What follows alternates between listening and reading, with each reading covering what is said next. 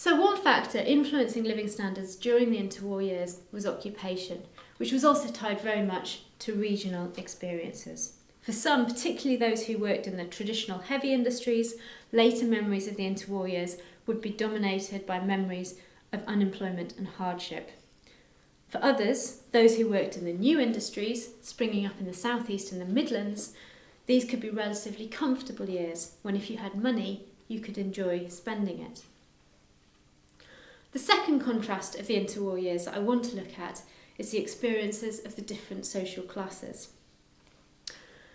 One of the other social groups which did better financially in the interwar years were the middle classes, and particularly the expanding sector of white-collar workers. They were rarely threatened by unemployment and benefited from rising real incomes over this period, plus a system of taxation which tended to fall most heavily on the relatively poor and the relatively rich.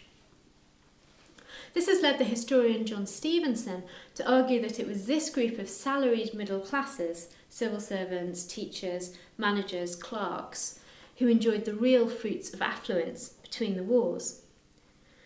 They now had access to new consumer durables, new cars, family home.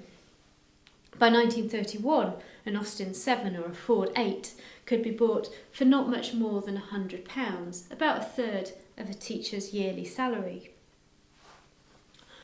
The rise of the motor car and the new possibilities of cheap day trips on the railways also meant that the countryside was being opened up as a new leisure arena to an extent unknown before the war. These were the years in which the bank holiday traffic jam first became a phenomenon. They were also the years at which the railways were at their peak. The extent of rail track in Britain was at its maximum in the interwar years. For those who had money at least, access to different parts of the country had never been easier. The railways also facilitated an efficient, effective postal service. People could now stay in touch with relatives and friends more easily. People could talk to each other in other ways.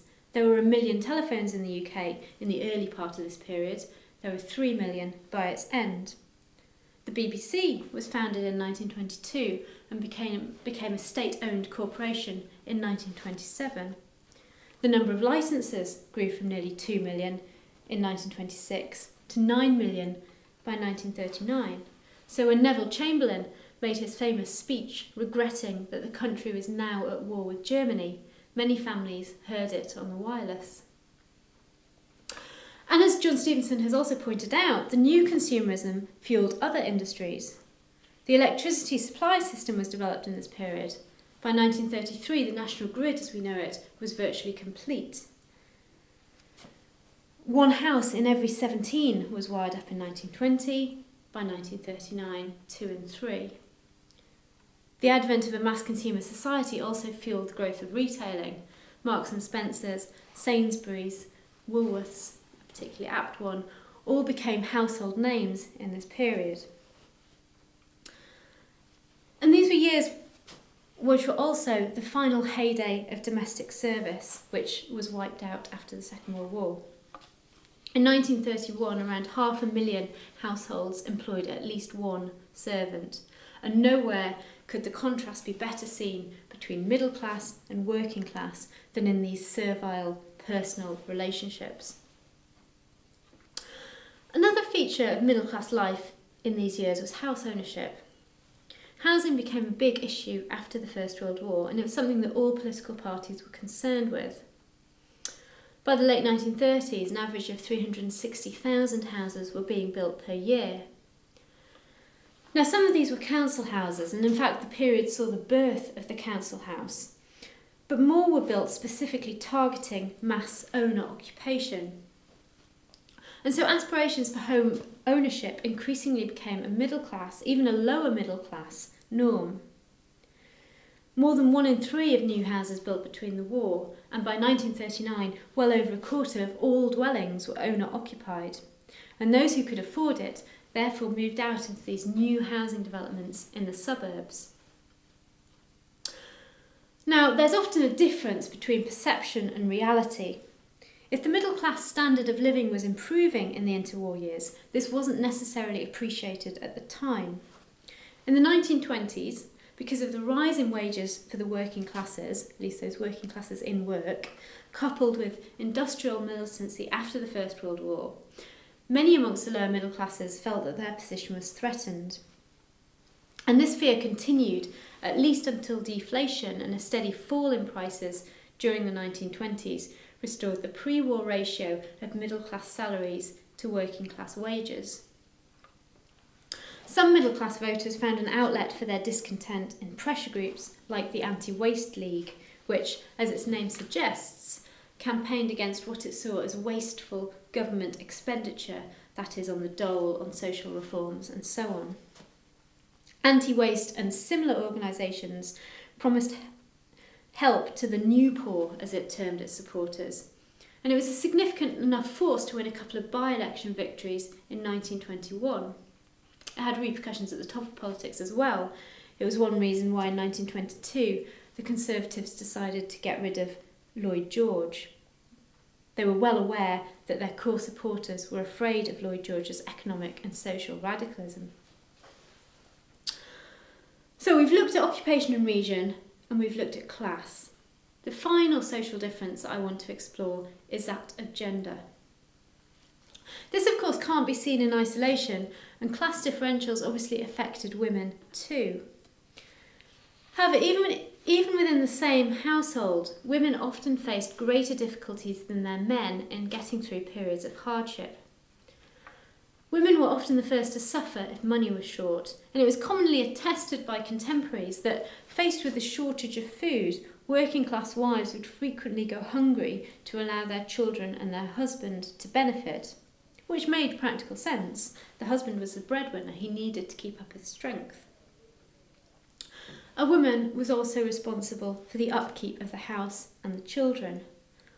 I quoted the middle-class observer John Newsom earlier. As part of his investigation, he also spoke to the wife of an unemployed miner. I don't think people realise what life is to working-class women when their husbands are out of work, she told him. I've 6 children and 3 of them are under 5. Every day I have to wash them and feed them and look after my husband and try and keep him cheerful and keep the house clean and think of ways of making our money last the week. It goes on, week after week, in the same way. And perhaps it's best that I don't look ahead too much, or I should be tempted to put my head in the gas oven. The emotional and mental health of these women often suffered more than their men, because they were often cut off from mental stimuli. Men could go to the club or the pub or the union or get involved in politics or take advantage of more recreational activities such as sport.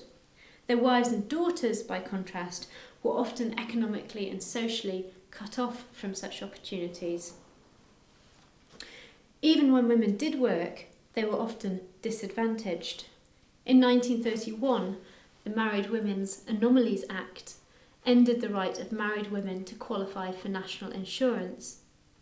And this was a particular issue in Lancashire, where a substantial number of cotton workers were married women, but who, when they were made unemployed, didn't therefore any longer qualify for the dole. And in fact, if we look at the official statistics, women are the losers of the interwar years. Whereas most health statistics, at least on average, were going down over this period, the maternal mortality rate, that is, the number of women who died in childbirth, actually went up by 22% between 1923 and 1933. And by 1933, it was higher than it had been at the beginning of the century. There was also considerable regional variation, again linked to areas which suffered high unemployment. In 1936, to use the historian Margaret Mitchell's figures, the maternal mortality rate for South East England was 2.57. In Wales, it was 5.17 per thousand. Indeed, in the 1930s, it was 4 times more dangerous to have a child than it was to work in a coal mine.